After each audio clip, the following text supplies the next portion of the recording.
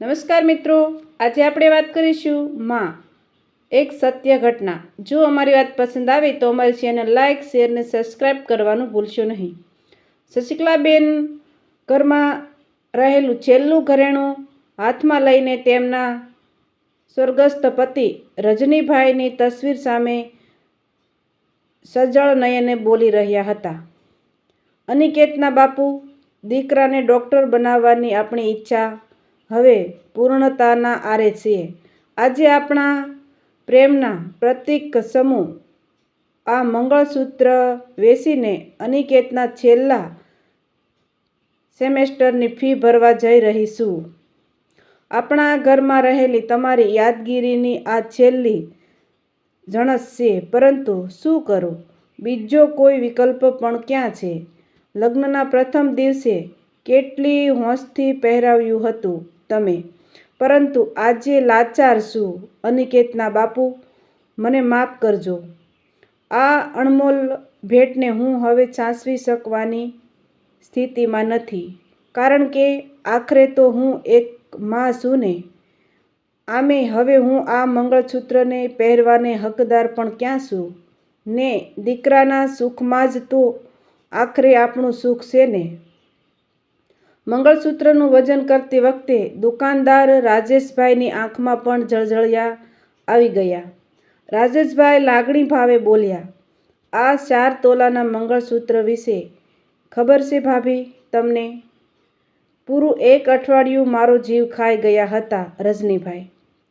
અહીં આવી ડિઝાઇન મૂકજો, આ પારાને આમ મડજો, આટલી જ લંબાઈ રાખજો.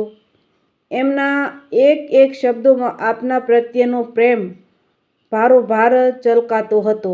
ભાભી, આ મંગળસૂત્ર લેતા આજે મારો જીવ કોસવાઈ રહ્યો છે. તમને વચન આપું છું કે આ મંગળસૂત્રને 2 વર્ષ સુધી તમારી અમાનત તરીકે સાચવી રાખીશ ભાભી, અને 2 વર્ષ સુધી નહીં ભાંગું. અનિકેતને નોકરી મળ્યા પછી હું મંગળસૂત્રની જાતે મળીને એને જાણ કરીશ ભાભી. રજનીભાઈ એટલે રાખનું રતન, સાવ સામાન્ય મા બાપના દીકરા. રજનીભાઈ આપબળે અને મા બાપના પ્રોત્સાહનથી ભણી ગણીને કંપનીમાં ઊંચા હોદ્દા પર આરૂઢ થઈ ગયા. સુરતના સારા વિસ્તારમાં ઘરનું મકાન લેવાઈ ગયું. સુશીલ અને સંસ્કારી એવા શશિકલાબેન સાથે રજનીભાઈના લગ્ન લેવાયા. મા બાપ સાથેનો આ હર્યોભર્યો પરિવાર જિંદગીનો સાચો આનંદ માણી રહ્યો હતો. એમાં પ્રથમ ખોળાના સંતાન તરીકે અનિકેતનો જન્મ થયો. સુખીની સોળો સમાન લગ્નજીવનના 16 વર્ષ પસાર થઈ ગયા. ત્યાં અચાનક વિધાતાના લેખે લખાયેલ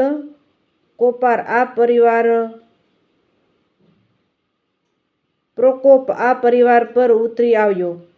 મોતના પ્રસંગે રજનીભાઈ પોતાના મા બાપ સાથે ગાડી લઈને વતનમાં જઈ રહ્યા હતા. ત્યાં ગોજારો અકસ્માત સર્જાયો. મોટા ટ્રકે રજનીભાઈની ગાડીને જોશભેર ટક્કર મારી. આધેડ ઉંમરના મા બાપે તો ત્યાં જ દમ તોડી દીધો. રજનીભાઈના ખોળિયામાં થોડી ચેતના હતી. દવાખાને પાણીની જેમ પૈસો વપરાયો, પરંતુ માથામાં થયેલ જીવલેણ ઘાવ રજનીભાઈનો જીવ લઈને ગયો. મોત એકાદ વેત છેટું હતું. એ વખતે 2 હાથના ઈશારાથી રજનીભાઈએ શશિકલાબેનને કંઈક કહ્યું. શું કહ્યું હતું રજનીભાઈએ અંતિમ સમયે? શશિકલાબેન સમજી ગયા હતા કે તેઓ બીજા લગ્ન કરી લે ભવિષ્યમાં, એવું કહેવા માંગે છે. બોલવાના હોશકોશ ના હોવા છતાંય શશિકલાબેને પાછે ઊભેલ 15 વર્ષના દીકરા અનિકેતના માથા પર હાથ મૂકીને ઈશારાથી ઉત્તર આપ્યો. દીકરાને મોટો કરીને પગભર બનાવીશ ને એને જ સહારે જિંદગી જીવી નાખીશ. મા દીકરાને રોતા કકળતા મૂકીને રજનીભાઈએ ચીર વિદાય લીધી. રજનીભાઈની વીમા પોલિસીની મોટા ભાગની રકમ દવાખાનાના બિલમાં ચાલી ગઈ હતી. 10મા ધોરણમાં અભ્યાસ કરતા અનિકેતને ડૉક્ટર બનવા માટે હજી પાક્કા 8 વર્ષ કાઢવાના હતા. આખા પરિવારની અનિકેતના જન્મ વખતથી જ ડૉક્ટર બનવાની ઈચ્છા હતી. એ ઈચ્છા હવે એકમાત્ર શશિકલાબેનની રહી ગઈ હતી. બસ ખરસાતી ગઈ. અનિકેત MBBSના બીજા વર્ષમાં પહોંચી ગયો. હવેના 3 વર્ષ માત્ર શશિકલાબેનના ઘરેણાંના સહારે પસાર કરવાના હતા. જોકે છેલ્લે 25-30 લાખનું મકાન તો હતું ને, પરંતુ રજનીભાઈની યાદો સાથે જોડાયેલ મકાનને શશિકલાબેન બને ત્યાં સુધી ગુમાવવા માગતા નહોતા. બસ એટલે જ તો શશિકલાબેને બાજુમાં આવેલી 3જા નંબરની સોસાયટીમાં એક સાથે 5 મકાનનું ઘરકામ બાંધી લીધું. અનિકેત અમદાવાદમાં MBBS કરી રહ્યો હતો, જે 6 મહિને એક વખત ઘેર આવતો. 6 મહિનાની હાથ ખર્ચી શશિકલાબેન અનિકેતના હાથમાં ધરી દેતા. ક્યારેક અનિકેત શશિકલાબેનને જરૂર પૂછતો, "મમ્મી, મને અભ્યાસ કરવાના રૂપિયા તો આપણી પાસે છે ને?" "હા બેટા, તારા પપ્પા આપણા માટે ઘણું મૂકીને ગયા છે. તું બિલકુલ ચિંતા કરીશ નહીં. તારા શરીર સાચવ અને કપડાં લત્તા અને ખાવા પીવામાં કોઈ કંજુસાઈ ના કરીશ." શશિકલાબેન દીકરાને સતત સાંત્વના આપતા. શશિકલાબેન સવારે ઘેર ખાધું ના ખાધું કરીને કામ કરવા નીકળી જાય. તે લગભગ સાંજે ઘેર આવે. 5 ઘરના કામમાં આખો દિવસ પસાર થઈ જાય. ઘણી વખત તો એટલા થાકેલા હોય કે છેલ્લા ઘેર કામ કરતા હોય એ ઘરનો કોઈ માણસ દયાભાવે પોતાના વાહન પર શશિકલાબેનને ઘર સુધી મૂકી જાય. જ્યાં કામે જાય છે ત્યાં કોઈને હજી સુધી ખબર નથી કે શશિકલાબેન ડૉક્ટરનો અભ્યાસ કરતા દીકરાની મા છે. તો હજી અનિકેતને પણ ક્યાં ખબર છે કે એની મમ્મી દીકરાના અભ્યાસ માટે કાળી મજૂરી કરી રહી છે.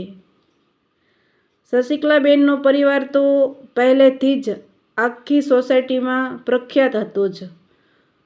કોઈ પણ ધાર્મિક પ્રસંગની ઉજવણીમાં રજનીભાઈનો સિંહ ફાળો રહેતો. ધાર્મિક પૂજાપાઠોમાં તો શશિકલાબેન સૌથી મોખરે હોય. ફંડફાળો તો સૌપ્રથમ શશિકલાબેનના નામે લખાયેલો હોય. રજનીભાઈના નિધન પછી પણ શશિકલાબેને પોતાની નિર્દયતાને છુપાવીને જ રાખી. બાપડા બિચારા થઈને જીવવું એ એમના લોહીમાં જ નહોતું. એટલે જ તો સોસાયટીમાં લોકોને ખબર ના પડે એમ એમણે છેક 3જા નંબરની સોસાયટીમાં ઘરકામ બાંધ્યા હતા. શશિકલાબેનનો આ આત્મનિર્ભર સ્વભાવ સોસાયટીની કેટલીક મહિલાઓને ખૂસવા લાગ્યો. ગણગણાટ ચાલુ થઈ ગયો.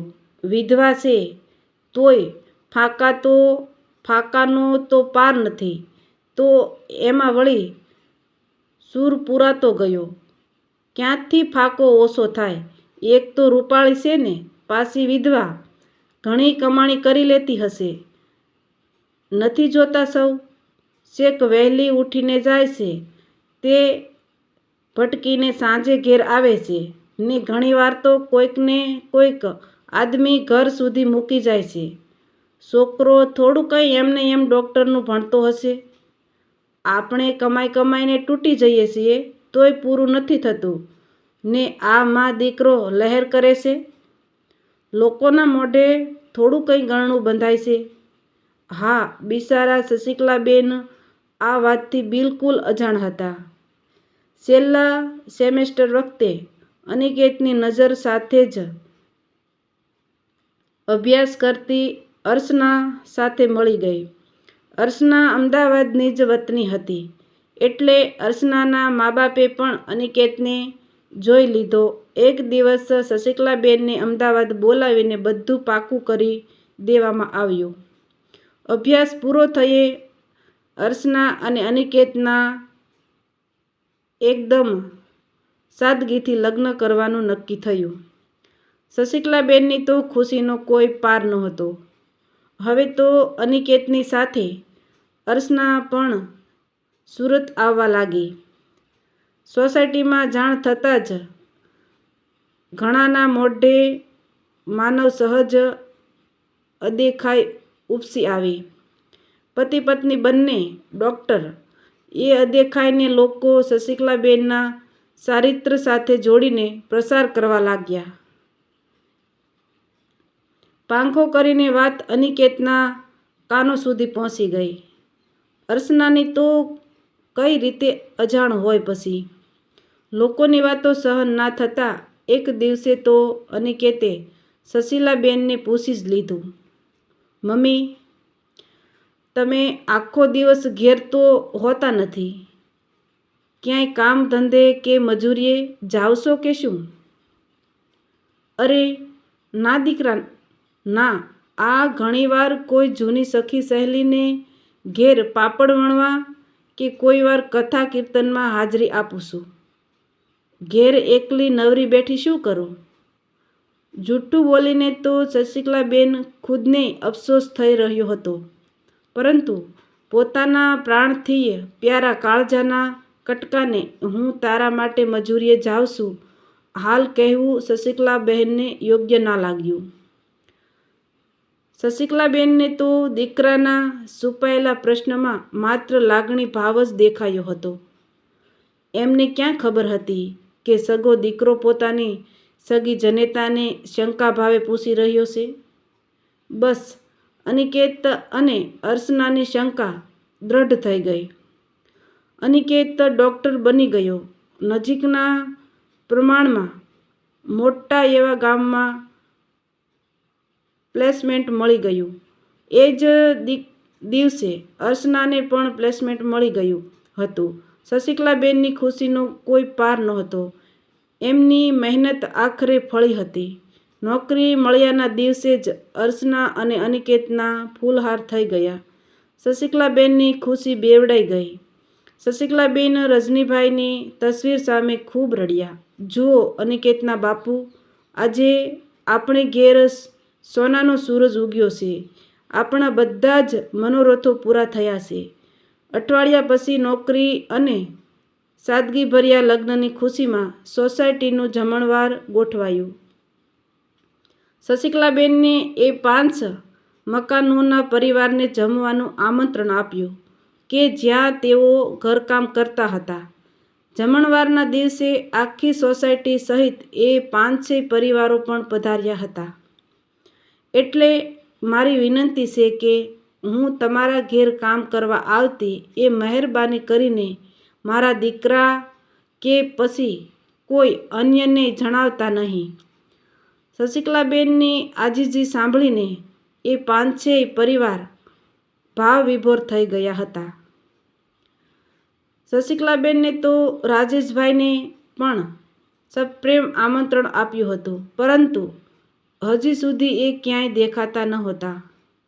શશિકલાબેન ફરી ફરીને સૌને આગ્રહપૂર્વક જમાડી રહ્યા હતા, પરંતુ પેલા 5 પરિવાર તરફ એમનું વિશેષ ધ્યાન હતું. અને વિશેષ ધ્યાન કેમ ના હોય? માગ્યા નાણાં તો એ જ આપતા હતા ને. ભોજન સમારોહમાં સોસાયટીના લોકોનો ગણગણાટ ચાલુ હતો.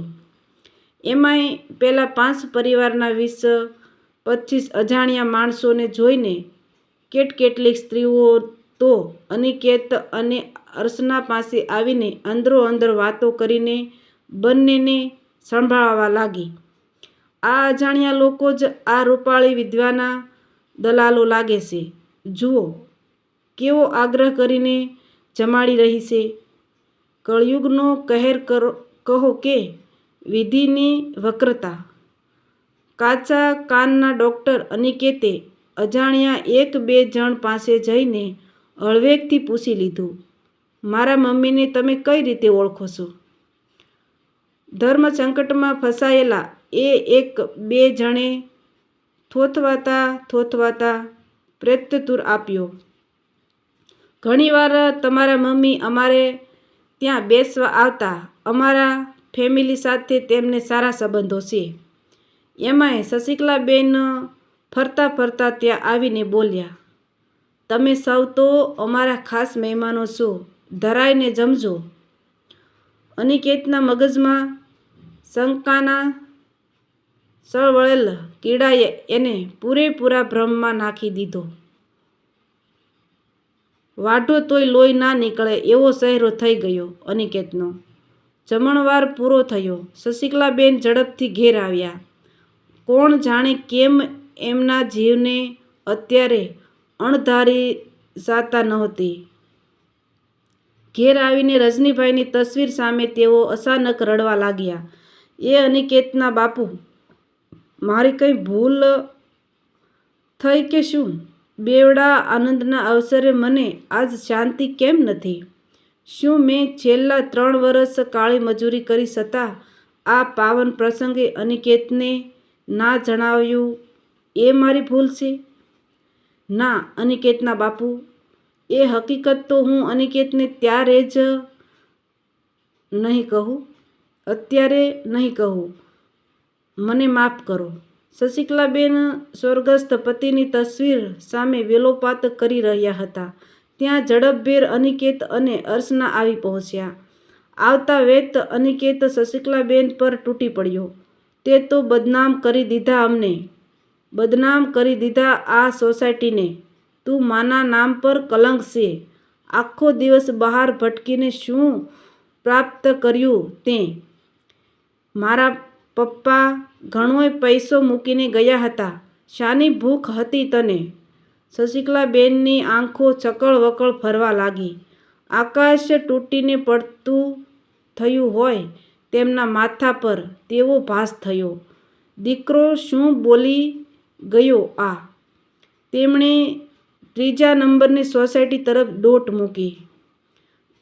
દરવાજાના વળાંકે સોસાયટી બહાર ઝડપથી નીકળતી વખતે જીપ ગાડી નીચે આવી ગયા.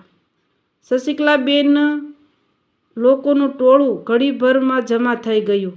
શશિકલાબેનનું આખું માથું સગદાઈ ગયું હતું. 5-એક મિનિટ નચિકેત અને અર્ચના આવી પહોંચ્યા. શશિકલાબેનનું પ્રાણ પંખીડું ઉડી ગયું હતું. પેલા 5 ઘરના પરિવારો તો હજી દરવાજા બહાર જ પહોંચ્યા હતા. કોઈકનો અકસ્માત થયો છે એ સાંભળીને જોવાની જિજ્ઞાસાથી ત્યાં આવ્યા. અરે, આ તો શશિકલાબેન! 2-3 સ્ત્રીઓથી રહેવાયું નહીં. તેઓ શશિકલાબેનના મૃત શરીર પાસે આવીને વલવલાવા લાગી. અરે, અચાનક શું થઈ ગયું બહેન તમને? સુખનો એક દિવસ તો જોવા રહેવું હતું. શશિકલાબેન 5 ઘરની કાળી મજૂરી કરીને દીકરાને ડૉક્ટર બનાવ્યો અને સુખને જોવા એક દિવસેય ના રોકાયા. હજી નચિકેત અને અર્ચના જડ બનીને ઊભા જ હતા. તેમના કાને વલોપાત કરતી સ્ત્રીઓના અવાજ અથડાયો. ખાસ આગ્રહ કરીને શશિકલાબેન જમાડતા હતા એ જ સ્ત્રીઓ હતી તે. ત્યાં ભીડમાંથી વધુ એક ડૂસકું સંભળાયું. રાજેશભાઈ હાથમાં મંગળસૂત્ર પકડીને ઊભા હતા અને અફસોસ વ્યક્ત કરી રહ્યા હતા. ભાભી, હું મોડો પડ્યો. દીકરાના અભ્યાસ માટે તમે વારાફરતી વેચેલ ઘરેણાં તો મારી પાસે અત્યારે નથી, પરંતુ રજનીભાઈએ ખૂબ જ પ્રેમથી બનાવી આપેલ મંગળસૂત્રને મેં વાયદા મુજબ સાચવીને રાખ્યું હતું. આજે હું અનિકેતને એ તમારી સાક્ષીએ આપીને તમારી કર્તવ્યનિષ્ઠાને વંદન કરવા આવ્યો હતો. અરે, કોઈક તો બોલો, આ દેવી સમાન મારા ભાભીને શું થઈ ગયું? અચાનક અંકિત અને અર્ચના જડ બની ગયા. ભેગા થયેલ સોસાયટીના લોકો પણ હવે પસ્તાવાના આંસુ વહાવી રહ્યા હતા. અનિકેત અર્ચના સાથે શશિકલાબેનના મૃત શરીર પાસે આવ્યો, પરંતુ બહુ મોડું થઈ ગયું હતું, કારણ કે હવે એ નિશ્ચેતન ખોળિયું માત્ર હતું. એમાંથી મા નામની ચેતના ક્યારની નીકળી ચૂકી હતી. આવા જ નવા વિડીયો જોવા માટે અમારી ચેનલ લાઇક, શેર અને સબસ્ક્રાઈબ કરજો.